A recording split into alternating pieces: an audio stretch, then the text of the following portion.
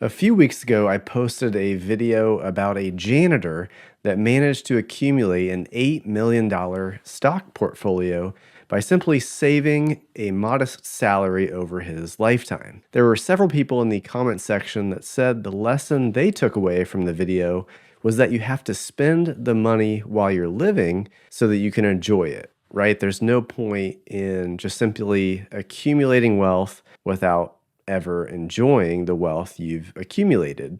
But I think the underlying idea from all of those commenters and even me was that he should have spent more money. If he did, he would have been happier. But is that really true? This video is for educational purposes only. It should not be considered investment, legal, or tax advice. It is not an offer to buy or sell any security. Past performance does not indicate future results. Investing is risky. Tons of research suggests that there is a diminishing return with more income. Let's say on the left axis here, we have happiness. And let's say this bottom chart represents the income that you receive. Donnelly and Norton are one of the many researchers who have studied this phenomenon, and they have found consistently that the difference between someone making $50,000 instead of, say, $0 is pretty significant. However, as you continue along the curve, say to $75,000, the difference in happiness gets a lot smaller. And it continues to get smaller as you get more and more income. Researchers at Harvard and BlackRock teamed up to study the effect that having a high net worth would have on your happiness. So they asked millionaires with between $1 and $10 million how happy they were on a scale of 1 to 10. People with, say, $1 million reported having 7.0 on a scale of 10. Those with more money, up to $10 million, reported statistically significant results, but not by much. The average decamillionaire reported happiness of 7.25. So while people with more money were definitely happier, the difference was tiny. A 10x increase in money resulted in a 3.5% increase in happiness. So why is it that having more money does not seem to provide happiness for us? In a fascinating 2011 research paper, 3 researchers from University of British Columbia, Harvard, and University of Virginia set out to answer that question. And what they found was that money can buy things that make us happier, but the problem is that most of us don't buy things that make us happy. We buy things that we think will make us happy, and in reality, they either don't make us happy as we think they will, or in some cases, they actually make it worse. So in this video, we're going to talk about 11 scientifically backed things that you can use money for to increase your happiness. So effectively, what I'm going to try to help you and myself do is get more happiness per dollar. So if you're spending maybe $50,000 right now, you may not be able to spend more than $50,000, but you might be able to get more bang or more happiness for your buck, so to speak. There are 11 ways to do it. We're starting with number 11, which is to buy experiences rather than things. Several different studies all confirm that experiences lead to happiness and buying material items generally don't.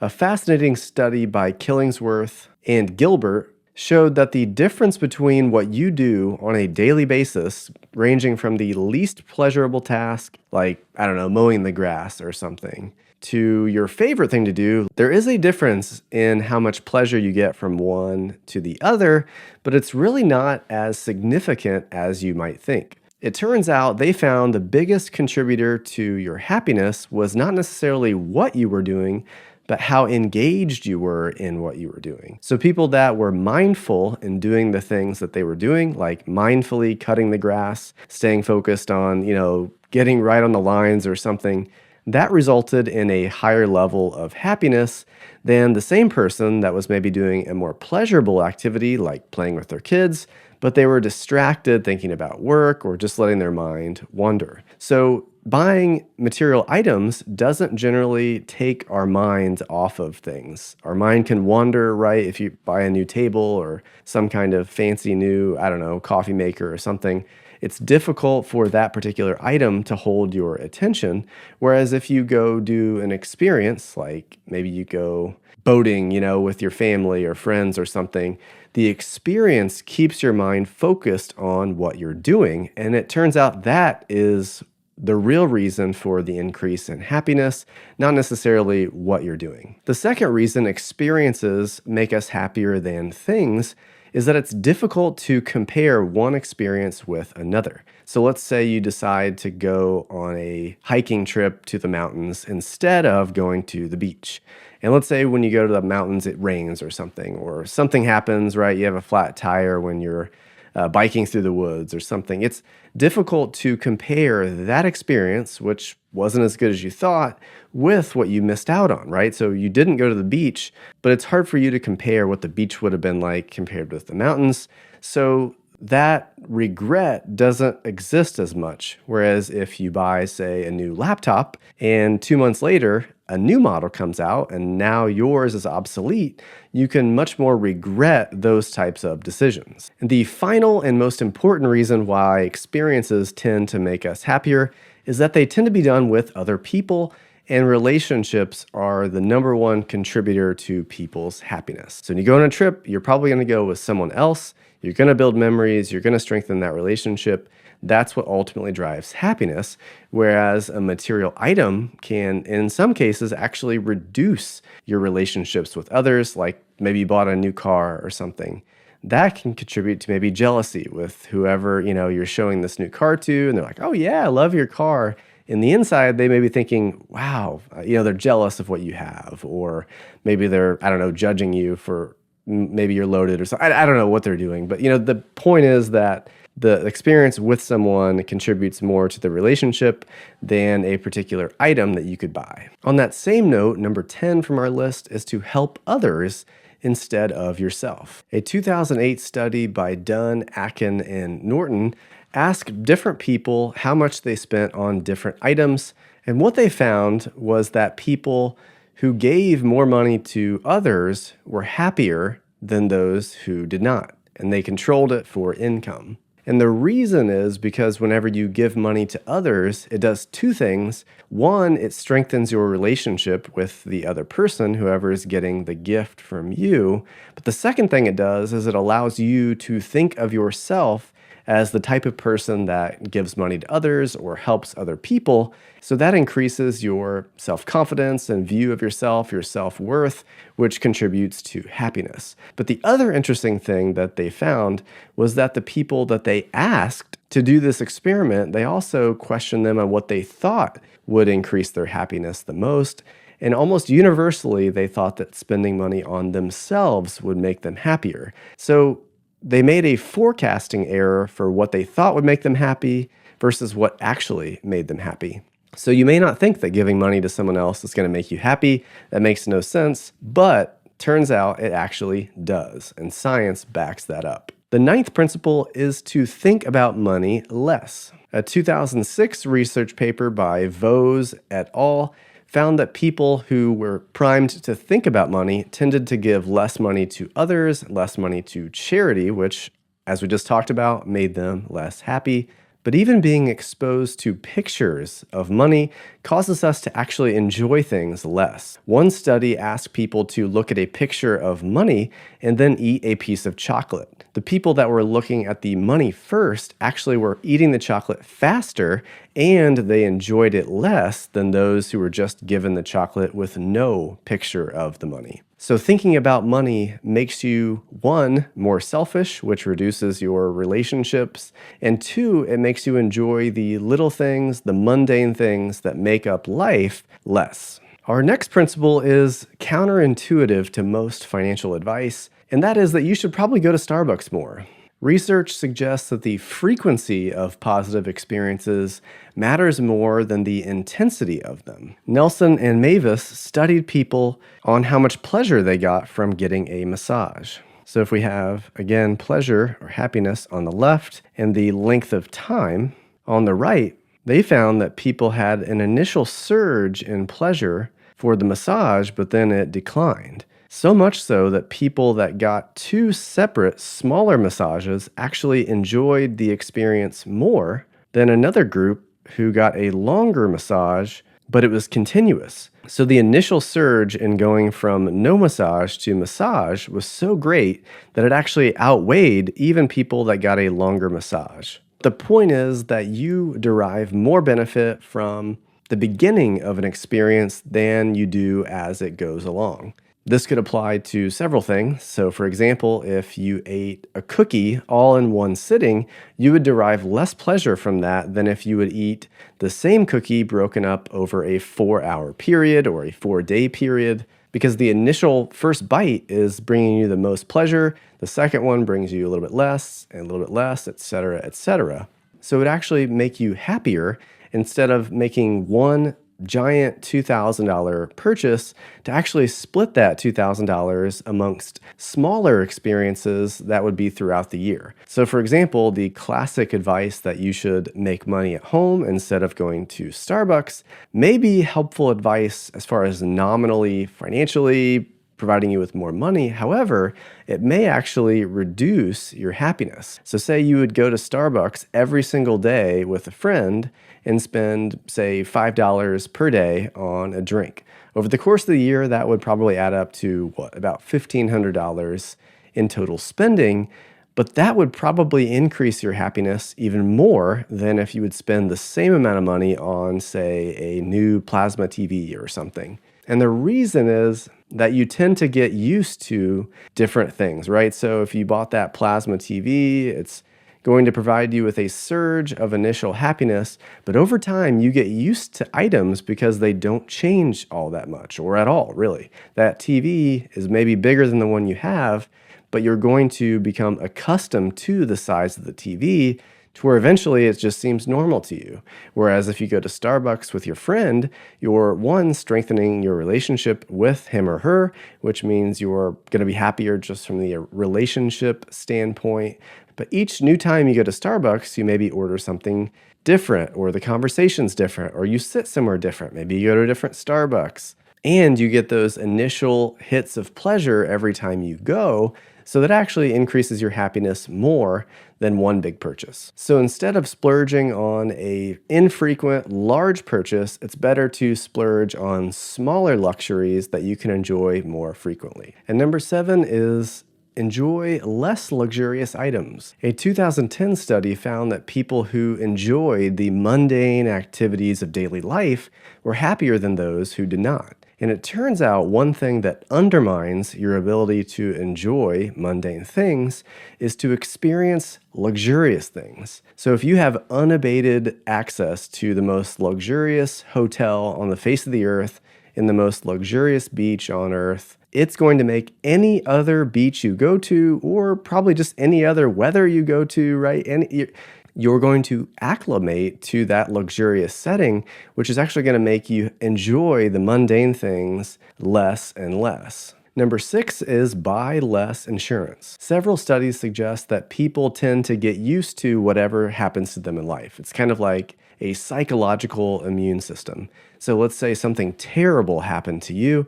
Well, your brain would get used to that terrible thing, and essentially it would combat whatever negative psychological effects that would cause. Conversely, if you have some gigantic, great experience, like you won the lottery or something, that would result in a huge surge in happiness. But over time, you would again return back to kind of your normal psychological state. But people significantly overestimate the effect that these bad things would happen on them, and they overestimate the pleasure of the good things. And businesses actually prey on this natural tendency. So when you, for example, buy an item, right? So you bought a new plasma TV at Costco. At the time of purchase, there are two things that happen. One, you are so excited about that particular item.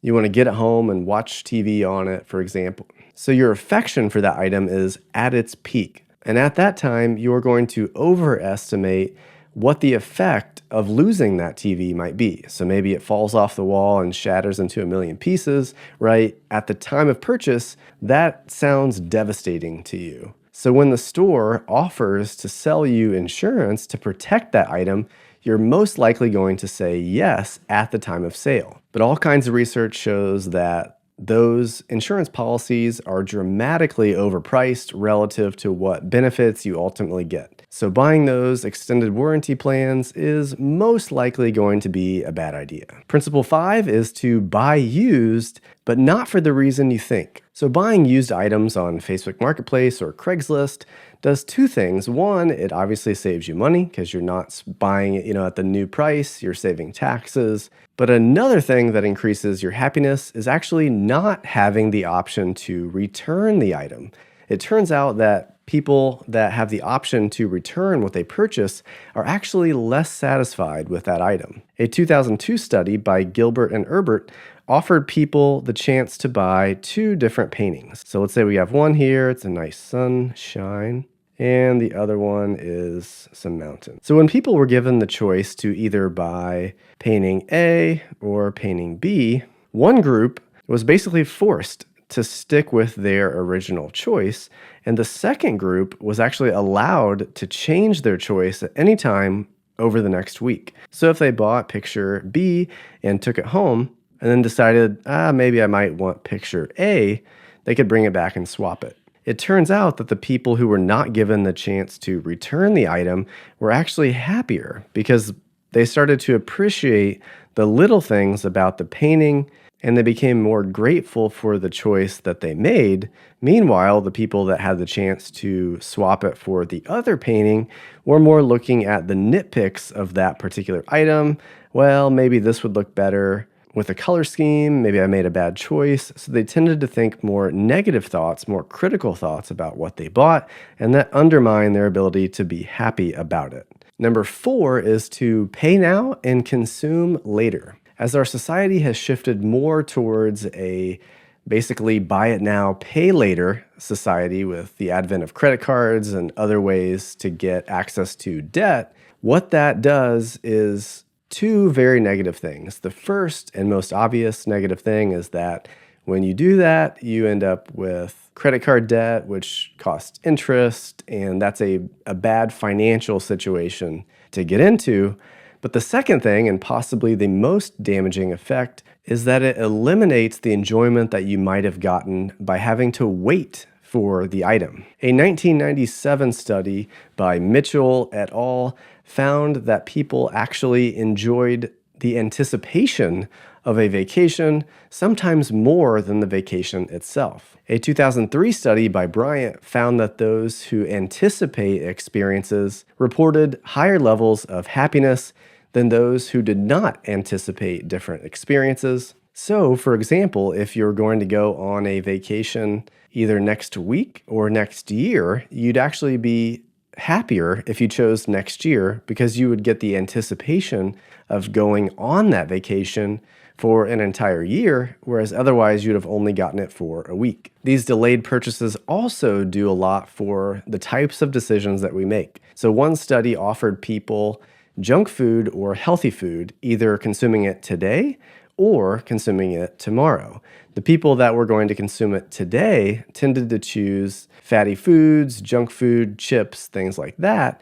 And people that were making the decision for themselves tomorrow often chose healthier foods. So the choices that you make are going to be better, you're going to enjoy them more, and you're going to have less interest from debt if you pay now and consume later. The third principle is to think about what you're not thinking about. So imagine your favorite team is going to play in the Super Bowl tomorrow or the World Series or whatever event you like, right? Your favorite team's playing in that big game. How happy do you think you're going to be if they win that game?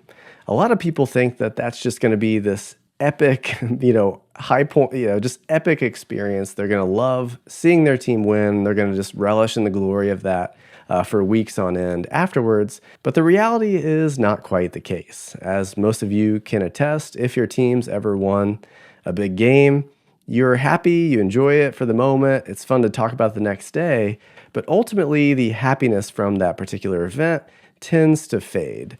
And research consistently shows that people put a ton of emphasis on focal purchases, like, for example, buying a new house. That's a big purchase that a lot of people put a lot of emphasis on.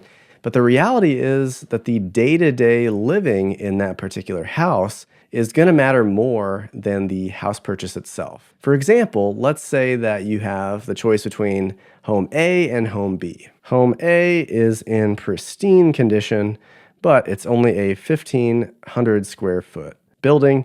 We'll say it's, close to some bike paths or whatever, and you enjoy biking, right? So you can have all of this for, say, $200,000. There's another much bigger mansion home that's, say, twice the size, with more space, more rooms, but it's a little further away. You don't have access to the biking trails, and it needs a ton of work to fix it up. So we've got a leaky faucet, and something else is broken up here. So what a lot of people will do is they'll choose the fixer-upper because it's a better deal, right? You're getting a 3,000 square foot house for $200,000. So maybe if you're handy or know some people that can fix it, right, that's a great deal. The problem is that this fixer-upper is going to result in a ton of headaches on a daily basis, right? So if you're going to spend Saturdays with plumbers for the next year instead of Saturdays with your kids or going on bike rides, which you really enjoy, this house, being a better financial deal, could actually be a less good deal when you consider the happiness that it will provide or not provide. Number 2, beware of comparison shopping. At Harvard University, at the end of your freshman year, you are put in a drawing for housing for your sophomore, junior, and senior year. There are some houses that are, centrally located in campus and they're renovated, really nice buildings. There are others that are maybe further away, or they're a little bit more dilapidated. Maybe they don't have as convenient access to things. So when they surveyed freshmen at the college, they found that the majority of them thought that if they were put in the worst house, they would be significantly less happy than if they were put in the best house. As it turns out, when they're seniors, the number one contributing factor to their experience was nothing about the house itself, and was more to do with the social experience of being in whatever house they were in. So over time, they basically got acclimated to wherever they were at. And it was, again, the relationships that mattered more than anything else. This is a particularly important concept when you think about buying a house. So when you go out with a realtor, right, what they do is they take you first to the nicest house that maybe is a little bit outside of the budget that you gave them. So what happens is that every other house you go to after that, you're always kind of mentally comparing to the first one. So maybe the first one had a significantly nicer, bathroom, master bathroom. The second one's not as nice. The comparison between those two bathrooms is what you're unsatisfied with. Whereas if you never would have seen the first house to begin with, you would have been perfectly happy with that bathroom. And over time, that bathroom is not going to make you any happier between house A and house B. You just think it does because you had the direct and immediate comparison. Another interesting study asked people to rate how much they would enjoy eating a potato chip. One group of participants was put in a room with chocolate. Another group was put in a room with inferior food like a sardine or something. The people that were put in the room with a more superior option like chocolate, they thought they would enjoy the chip less, and the people that were in the room with the sardine thought they would enjoy the chip more because they were comparing it to the other item. As it turns out, all the people reported the same level of happiness regardless of which room they were in. It was only the psychological effect of being compared to something better or worse that made them think they would be less or better off. The final principle is to follow the herd instead of your head. A 2009 research paper asked women to go on a speed date with different men. They were shown a picture and a biography of the particular person they were going to date and asked how much they would enjoy that particular speed date. It turns out that the people that were making the predictions were incredibly far off. The most accurate predictor of how much they would enjoy the date was how much other women had reported the same date. So, the final principle, and potentially most important one, is if there's something that you want to get to in life that you think is going to make you so happy, go find someone that's already accomplished that particular thing or already has that particular thing and ask them how happy it really made them. Is it as much as they thought it would? And that could help save you a ton of money, but a ton of life, potentially pursuing something that ultimately isn't going to make you as happy as you think it might. So I hope after watching this video, you're going to get more happiness per dollar than you were before. The biggest overriding principle is to focus on relationships. I know this channel is about investing and building wealth and that sort of thing, but the most important thing that you can do is focus on your relationship with the Lord, focus on your relationship with your family, focus on the relationship with your kids. Those are what is going to make a lasting difference for your entire life and even beyond. So make sure that you're focused on that a lot more than you're focused on accumulating material possessions or building a giant investment portfolio. All those things are certainly going to help your happiness, but probably not as much as you might think.